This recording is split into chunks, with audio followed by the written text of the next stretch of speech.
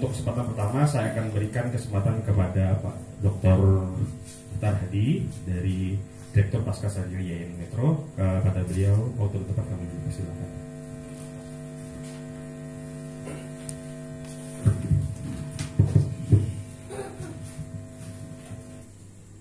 Assalamualaikum warahmatullahi wabarakatuh. Alhamdulillahirabbil alamin wassalatu wassalamu ala asyrofil anbiya'i wal mursalin wa ala alihi washabbihi ajmain. Bapak Ibu, kawan-kawan semuanya, berbahagia saya berada di tengah kawan-kawan semuanya pada malam hari ini. Saya menyebut kawan-kawan itu para nabi sosial. Saya pernah menulis soal muazin sosial gitu. Ya, karena gerakan-gerakan perubahan, gerakan-gerakan sosial itu memang harus diawali, dimulai oleh orang-orang yang mengajak, menyeru, ya, menggerakkan perubahan-perubahan itu. Jadi gerakan sosial itu ya seperti gerakan profetik sebenarnya. Nabi-nabi itu lahir ke dunia, diutus oleh Tuhan ke dunia, itu sebenarnya juga dalam rangka melakukan gerakan sosial. Nah, karena itu saya berbangga malam hari ini bertemu dengan kawan-kawan semuanya, para nabi sosial, para muazin sosial yang melakukan gerakan perubahan di tengah masyarakat. Pembicaraan kita malam hari ini berkaitan dengan persoalan pendidikan transformatif. Dalam studi masyarakat yang maju, masyarakat yang berkembang, negara yang maju dan berkembang, itu pasti selalu kemudian diikuti dengan pendidikan yang baik. Tidak pernah kita temukan negara yang maju, masyarakat yang punya peradaban besar tetapi tidak terdidik atau memiliki pendidikan yang rendah. Masyarakat yang maju pasti di dalamnya diikuti dengan pendidikan yang baik. Kita bisa cek ya, di banyak negara yang maju itu pasti tingkat pendidikannya rata-rata baik ya. Tingkat pendidikannya tinggi.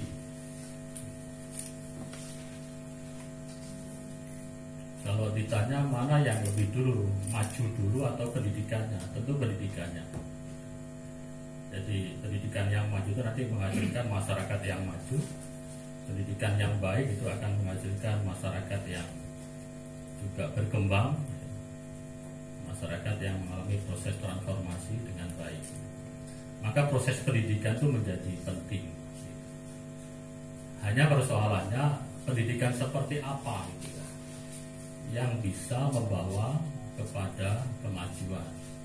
Pendidikan seperti apa yang bisa menggerakkan masyarakat kepada perubahan ya, ke arah kemajuan.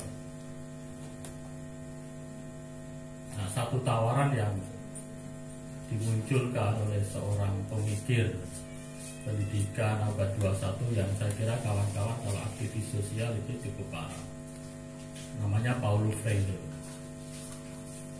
Jadi ini pemikir dari Brasil, itu kelahiran tahun 1920-an, melakukan gerakan sosial melalui pendidikan yang disebut pendidikan transformatif itu sekitar tahun 1960-an. Nah, kata Paulo Freire, pendidikan itu ada dua konsep ya. Dua konsep. Yang pertama namanya pendidikan konservatif atau pendidikan tradisional. Nah, yang kedua adalah pendidikan liberatif transformatif. Nah, pendidikan yang konvensional tradisional itu seperti apa? Ini pendidikan yang hanya terbatas kepada transfer of the knowledge, pada proses pemindahan pengetahuan kepada kepala atau otak peserta didik atau anak didik. Nah, model pendidikan yang hanya transformasi pengetahuan itu tidak akan menghasilkan kesadaran kritis, tidak akan memberdayakan. Karena tidak ada kesadaran kritis, tidak akan menjadi orang-orang yang bisa melakukan perubahan sosial atau gerakan sosial. Freire menyebut pendidikan tradisional seperti ini pendidikan gaya bang. Jadi orang belajar itu seperti celengan. Jadi kepalanya itu dikasih lubang celengan itu, guru memasukkan pengetahuan lewat lubang kepalanya itu. Yang dimasuki ya diam saja. Jadi konsep pendidikan tradisional konvensional seperti ini, dan ini masih dianut oleh banyak negara dan lembaga pendidikan, mungkin kita juga ada masih seperti itu. Ini tidak akan menghasilkan masyarakat yang kritis, yang bisa menghasilkan gerakan perubahan. Ini nanti akan menghasilkan apa yang disebut Paulo Freire dengan the culture of silence, masyarakat yang diam. Diam itu maksudnya bukan nggak bisa ngomong, tetapi kemudian ya pengetahuan itu hanya milik dia, tapi kemudian tidak menjadi kesadaran untuk melakukan gerakan perubahan. Tidak ada kesadaran peduli dengan persoalan-persoalan sosial sehingga melakukan gerakan perubahan di dalam masyarakat. Ini pendidikan gaya bang atau pendidikan yang kata Freire namanya konvensional tradisional. Pendidikannya dilakukan secara monologis, tidak dialogis. Jadi hubungan guru murid itu ya guru ada murid. Tapi tidak terjadi sebaliknya interaksi guru murid atau murid ke guru. Masing-masing punya identitas sendiri, tidak terjadi dialog. Nah, konsep pendidikan yang kedua yang kata Freire itu namanya liberatif transformatif. Inilah pendidikan yang dialogis, yang guru dan murid itu sama-sama belajar. Semuanya pembelajar. Tidak ada yang lebih tahu atau tidak ada yang tidak bisa, kemudian ada yang lebih tahu. Semuanya sesungguhnya bisa. Semuanya sama-sama belajar untuk mencari pengetahuan.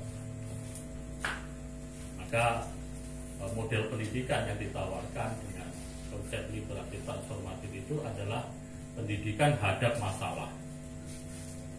Jadi bagaimana persoalan-persoalan yang terjadi di dalam kehidupan, dalam masyarakat itu didiskusikan, dikaji bersama, kemudian bisa diselesaikan bersama, kemudian menghasilkan, memproduksi pengetahuan secara bersama.